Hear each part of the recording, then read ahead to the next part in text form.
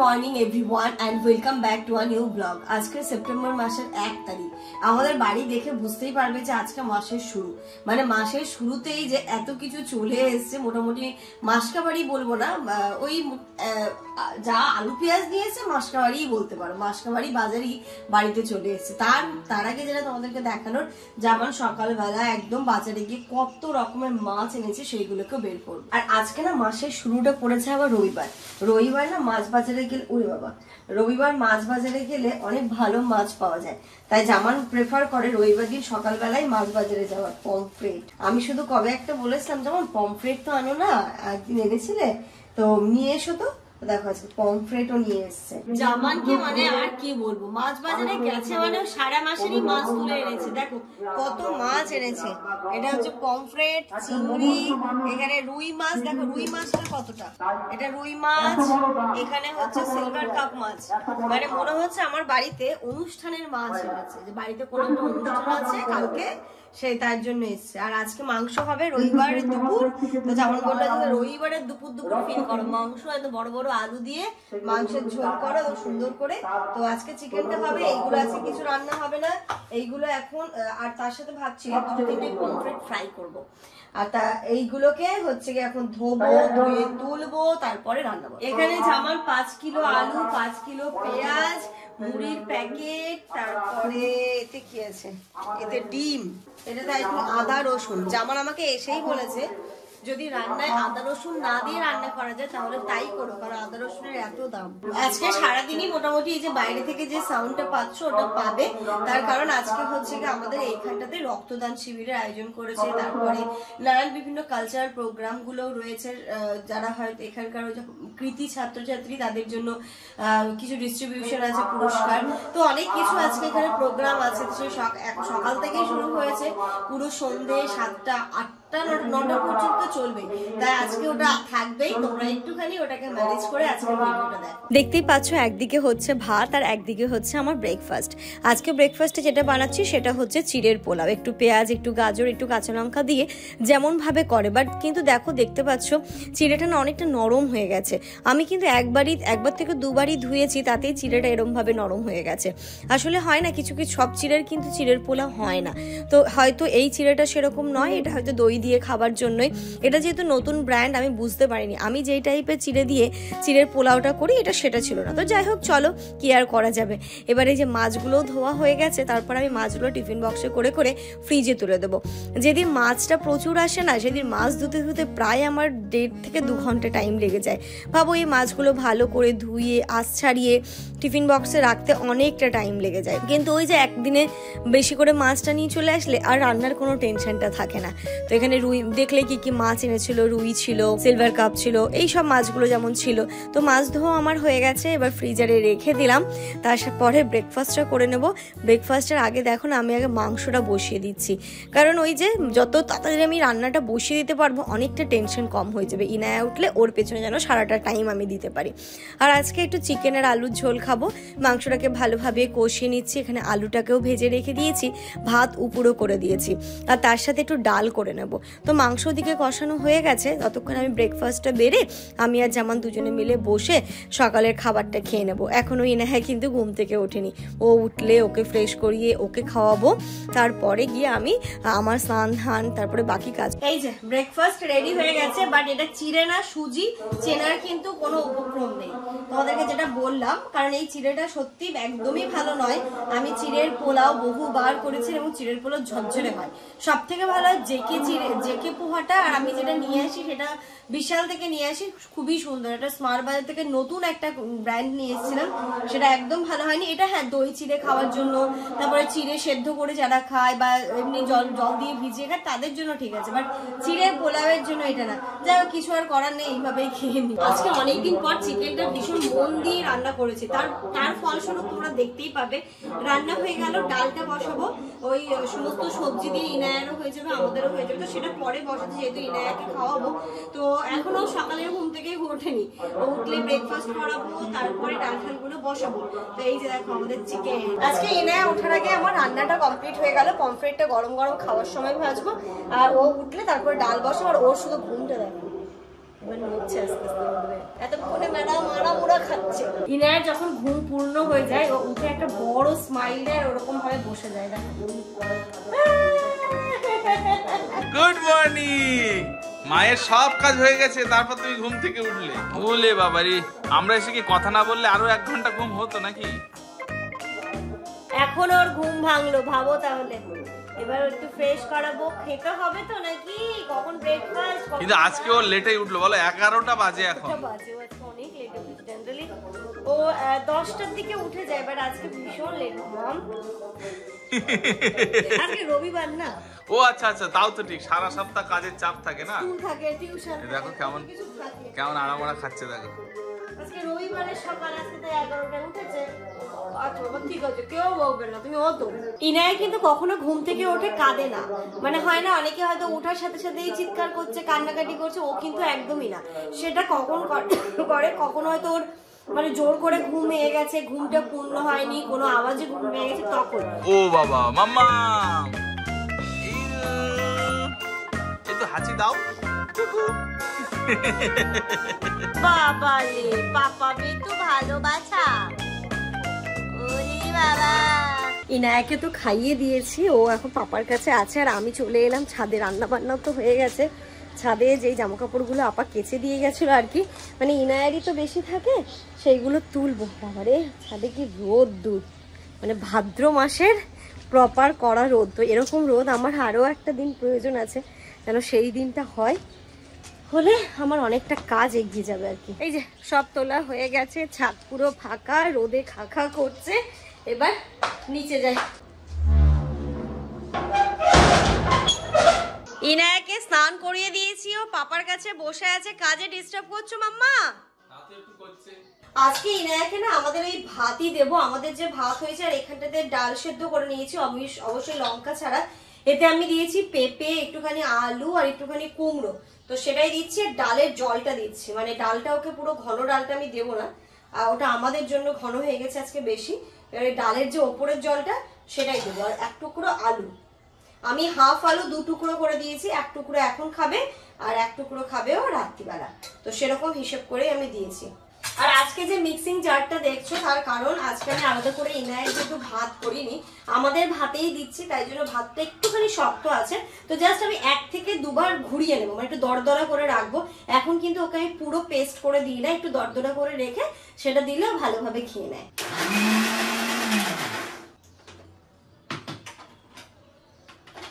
এই যে দেখো টেক্সচারটা একটুখানি ঘন ঘন আছে, সেটাই দেবো। ও এইভাবে খাবে, কারণ শক্ত ভাতটা একটু, তো একদম যদি হাত দিয়ে ম্যাশ করে দিও সেটা খেতে পারবে না। আজকে ইনায়ার সমস্ত বোতলগুলো আমি স্টেরিলাইজ করেছি, ধুয়েছি, আর ওর খাবারের জলটা ফুটিয়ে রেখেছি। এখন একটু ফিডারে ঢেলে নেবো, আর বাকিটা হচ্ছে ইনায়ার যে স্টিলের বটলটা আছে না, ওতেই আমি ঢেলে রেখে দেবো।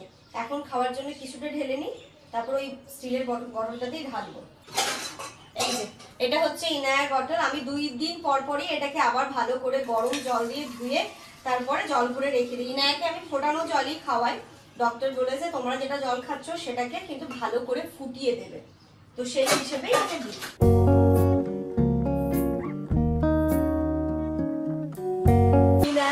পড়েছে, আর ইতিমধ্যে কি বৃষ্টি এসছে, কি বৃষ্টি, মানে বলে না এই সময়টা নাকি রোদ্দুর হয়, পচা গরম হয়, আর বাইরের ওয়েদার এত সুন্দর হয়ে গেছে, ঝমঝম করে বৃষ্টি হচ্ছে। গুড আফটারনুন বলতেই ভুলে গেছিলাম, আজকে রান্না বলতে এখানে তো চিকেনটা করেছি, চিকেনটা থেকে এত সুন্দর কালার হয়েছে, ডাল সেদ্ধ করেছি, আর ইচ্ছে ছিল, মানে ইচ্ছে না, মানে বলেছিলাম যে পমফ্রেটটা ফ্রাই করবো, বাট জামাল এখন বলছে না এখন আর করতে হবে না, রাত্রিবেলা করো, সানিও আসবে, গরম গরম সবাই মিলে পমফ্রেট ফ্রাই খাবো।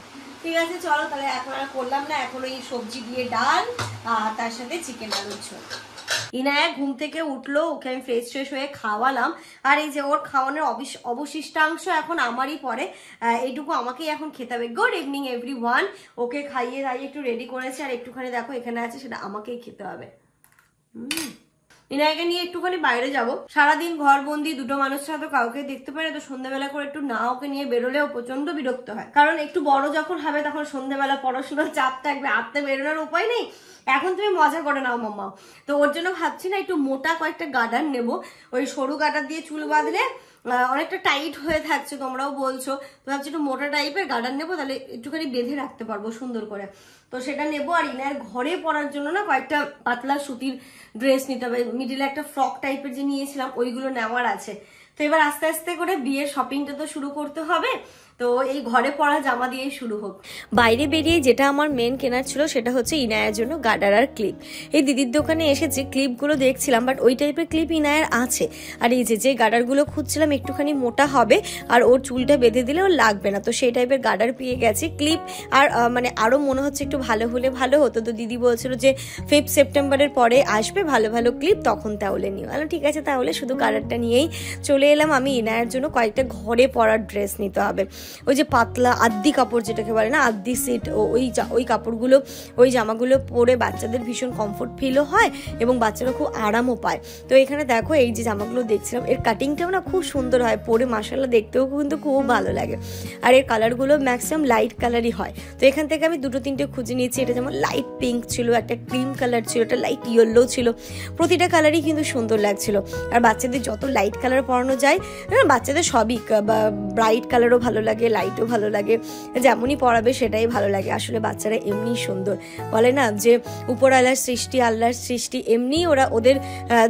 এমনি ওদের বাচ্চারা নিষ্পাপ এবং সুন্দর হয়। তো এখানে আরেক টাইপের ছিল ফ্রক, সেটাও দেখে নিয়েছিলাম। তো এই যে ঘরে পরার জন্য প্রায় আমি 4-5টা মতো নিয়ে নিলাম। আর এই জামাগুলো আগেও যেহেতু পরিয়েছি, এনার কাছ থেকেই নিয়ে গেছি, দামটাও একদম রিজনেবল থাকে, জিনিসটাও একদম ভালো পায়। এটাই দেখো যে জামাটা দেখাচ্ছি না, ওরই ছোট ভার্সনটাই ইনায়া পরেছে, বাট এই কালারটা আমার ভীষণ পছন্দের, তাই ওটারই আবার একটা বড় নিয়ে নিলাম। ও বড় হয়ে বলবে মাম্মাম তুমি একই জামা আমাকে ছোট বড় পরাতে। আর এখানে প্যান্টও দেখছিলাম, বাট প্যান্টের কোয়ালিটি গুলো আমার অতটা ভালো লাগলো না। কি বলতো, বাচ্চাদের প্যান্ট ইনারওয়্যার বলো একটুখানি ভালো কোয়ালিটির না হলে ওদের কিন্তু মানে ক্ষতির সম্ভাবনা থাকে, তাই প্যান্টটা কবে থেকে কোলবালিশের কভার নেবো করছি, বাট নেওয়া হচ্ছে না। আজকে একদম নিয়েই যাবো কোলবালিশের কভার।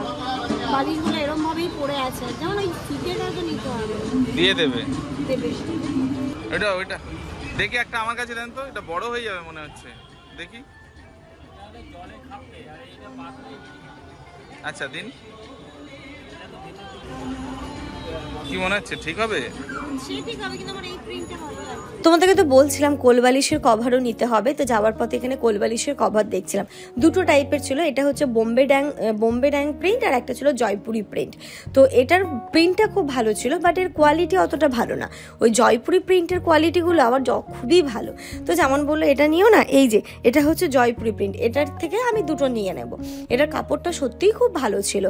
আর দুটো একই রকম নিলাম, যেন একই রকম লাগে দেখতে। তো এখান থেকে দুটো বেছে নিয়ে নিচ্ছি। আর ওনার একটু দোকান বন্ধ করছিল বলে বললো আরো অন্যদিন আসলে আমি আরো অনেক ভালো ভালো কোয়ালিটি আপনাদেরকে দেখাতে পারবো। ঠিক আছে, এখন আপাতত এটার ভীষণ প্রয়োজন ছিল, নিয়ে নিয়েছি। এবার চলো বাড়ির পথে রওনা দেব। আর এই না দেখো না সবই ধরবে। তার আগে দেখলাম, তার পাশেই দেখলাম একটা ব্লাউজের দোকান। আমার কিছু ইনারওয়্যারও নেওয়ার ছিল, তো সেইগুলোও নিয়েছি। আর এখানে ব্লাউজ দেখছিলাম, বুঝতেই পারছো সামনে অনেক কিছুর, অনেক ড্রেসের প্রয়োজন। তো এখানে এই যে ব্ল্যাক কালারের ব্লাউজটা দেখো কি মারাত্মক লাগছে না দেখতে, ভীষণ সুন্দর লাগছে।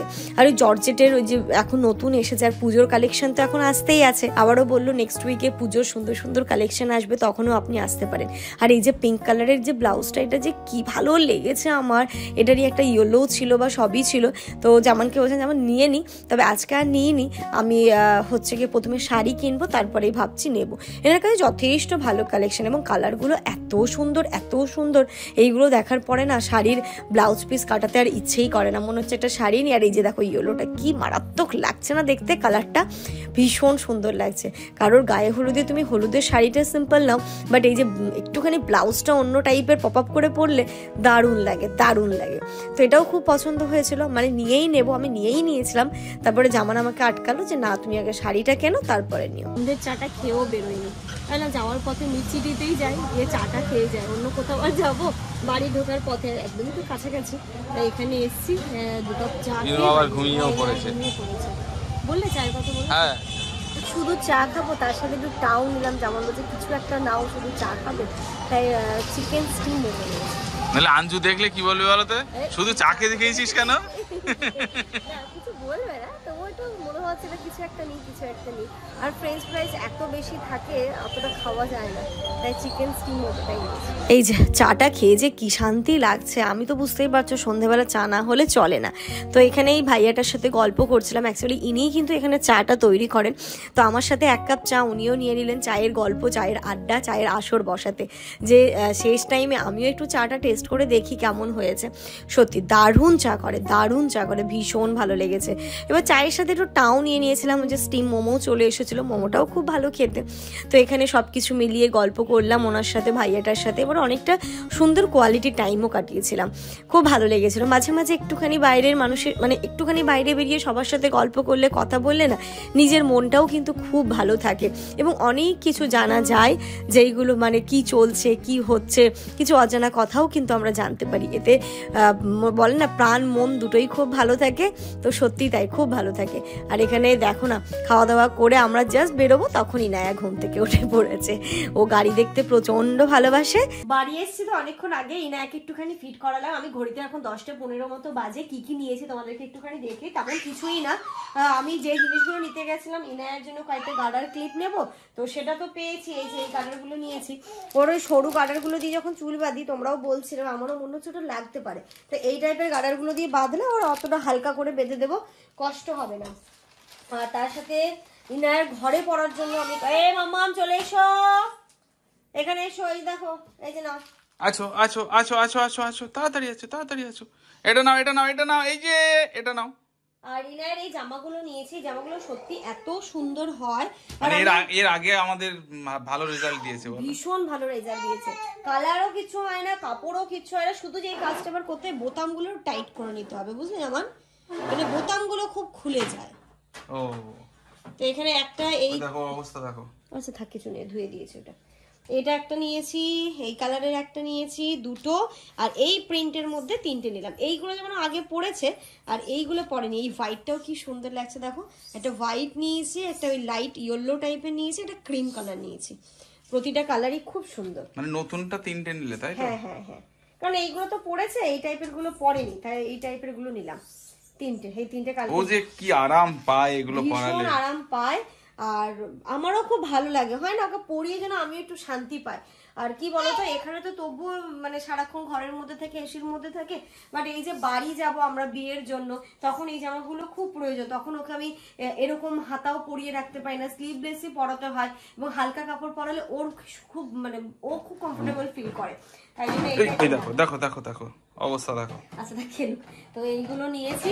আর নিলাম দুটো কোল বালিশের কভার, এইগুলো কালকে ধোবো, ধুয়ে তারপর। ভালোই বুদ্ধি করলে, এক কালারের নিয়ে। এক কালার নিলে মনে হবে কি ম্যাচিং ম্যাচিং, বলো দুটো কালার নিলে একটু কেমন লাগতো। কোল বালিশের কভার আরেকটা সেট নিতে হবে আমাকে। এগুলো কালকে সব ধুয়ে দেব, ধুয়ে তারপরে ইউজ করব, নতুন তো। আমার মনে হচ্ছে বড় হয়ে যাবে নাকি, দুটো দুটো দু রকম কি? না না একই, না না বড় হবে না, আমাদের কোল বালিশগুলো যথেষ্ট লম্বা কিন্তু। তো এই যে নিয়েছি, আর আমি কিছু জিনিস নিয়েছি। ব্লাউজটা দেখছিলাম, ব্লাউজটা নিলাম না, তার কারণ যেমন বলছে আগে তুমি শাড়িটা কেনো, কেমন শাড়ি নেবে সেই অনুযায়ী তুমি ব্লাউজ নেবে। বাট আমার ওই হলুদ রঙের ব্লাউজটা এত সুন্দর লেগেছে, এত সুন্দর লেগেছে, আমার ব্লাউজটা তুলে নিয়ে চলে আসে। তারপর ওই যে নিজেকে একটু কন্ট্রোল করলাম। না তুমি তো নিতে গেছিলে অন্য কিছু। হ্যাঁ আমি নিতে গেছিলাম, ইনার ওয়্যার নিয়েছি কয়েকটা, তো নিতে গেছিলাম। বাট ওই ব্লাউজটা দেখে খুব নিতে ইচ্ছে হলো। আমার আমাকে বললো শোনো কালকের দিনটা অপেক্ষা করো, কালকে এমনি আমাকে আবার শাড়িগুলো দেখতে হবে, কিনতে হবে, কারণ তো সেগুলো ব্লাউজ সেলাই করার ব্যাপার আছে। অলরেডি সেপ্টেম্বরের আজকে 1 তারিখ, কত তারিখে বিয়ে বলে দাও? 27 তারিখে বিয়ে, 26 তারিখ গায়ে হলুদ। এবার আমাদেরকে বাড়িতে মিনিমাম তার 3-4 দিন আগে যেতে হবে, বাড়িতেও কিছু টুকটাক কাজ রয়েছে। তো আমরা এই মোটামুটি 20 তারিখের দিকে চলে যাবো, 20-22-এর মধ্যে বাড়ি চলে যাবো। তো আমার হাতে এই কটা টাইম, আর এখন পুজোর বাজার বুঝতেই পারছো, মানে শাড়িটা যদি আমি এখন না কিনে ব্লাউজ না করতে দিই আমাকে কেউ দেবে না। তো কালকে ভাবছি শাড়িটার দিকে একটুখানি মাথা দেবো, শাড়িটা কিনে ফেলতে হবে। দেখতে দেখতে কিন্তু এই কটা দিন চলে যাবে, কি করে চলে যাবে নিজেও বুঝতে পারবো না। আর আরেকটা ইম্পর্টেন্ট ডে আসছে কিন্তু যাওয়ার, আমি নিজেকে কন্ট্রোল করতে পারি না, বলে দিই। কারণ কি বলতো, হ্যাঁ আমাদের কি মানে আমি ছোট থেকে একটুখানি বার্থডেটা নিয়ে এক্সাইটেড থাকতাম, কারণ কিছু হোক আর না হোক মা না আমাকে আর শানিকে প্রতি জন্মদিনে নতুন ড্রেস দিতেই দিত। মাকে আমি এবার বলছি মা কি দেবে, বলছি তোকে আমি ড্রেস দেবো না, তোর কিছু বাসনপত্র কিনে দেবো, আমার লাগবে না, আমাকে ড্রেসই দেবে। তো যাই হোক, এবার সেরকম ভাবে কিছু কিনিনি, জানি না যেমন যদি কিছু সারপ্রাইজ দেয় তাহলে হবে। ও বাবা, বার্থডেতে একটা নতুন ড্রেস ঠিক করতেই হয়, তাই না? না, তুমিও তো নিয়েছিলে। আচ্ছা ঠিক আছে, কিছু একটা তো হবে। আমি বলেই দিলাম, এক্সাইটমেন্ট ধরে রাখতে পারলাম না। চলো ভাত বসাতে হবে। সবাই কমেন্ট করবে কবে তোমার জন্মদিন, সবাই জানে। হ্যাঁ সবাই জানে অলরেডি, আগে থেকে আমার মানে উইশ আসতে শুরু করে দিয়েছে। এগুলো সত্যি তোমাদের কাছ থেকে অনেক বড় পাওয়া, অনেক বড় ভালোবাসা। সব থেকে বেশি অবাক লাগে কি বলতো, জামানের বার্থডেটা তোমরা মনে রেখেছো। ওর বার্থডে 2 দিন আগে থেকে আসছে যে ওর বার্থডেতে কি করবে। আর এখন আমরা বড় হয়ে গেছি, আমাদের বার্থডে ঘিরে যে বিশাল বড় অনুষ্ঠান হবে, কিছু হবে, এগুলো হয় না।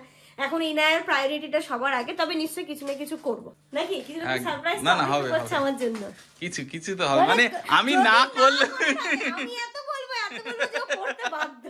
সেটাই বলছি। এখন আমি তো ভাবছিলাম যে এর তো প্রতি বছর কিছু না কিছু করি, তো এবার আর কিছু করব না। যেহেতু ইনায়ের নভেম্বরে আসছে, তো তখন একদম একটু বেশ ভালো করে করবো। মানে সবার করবে নাকি?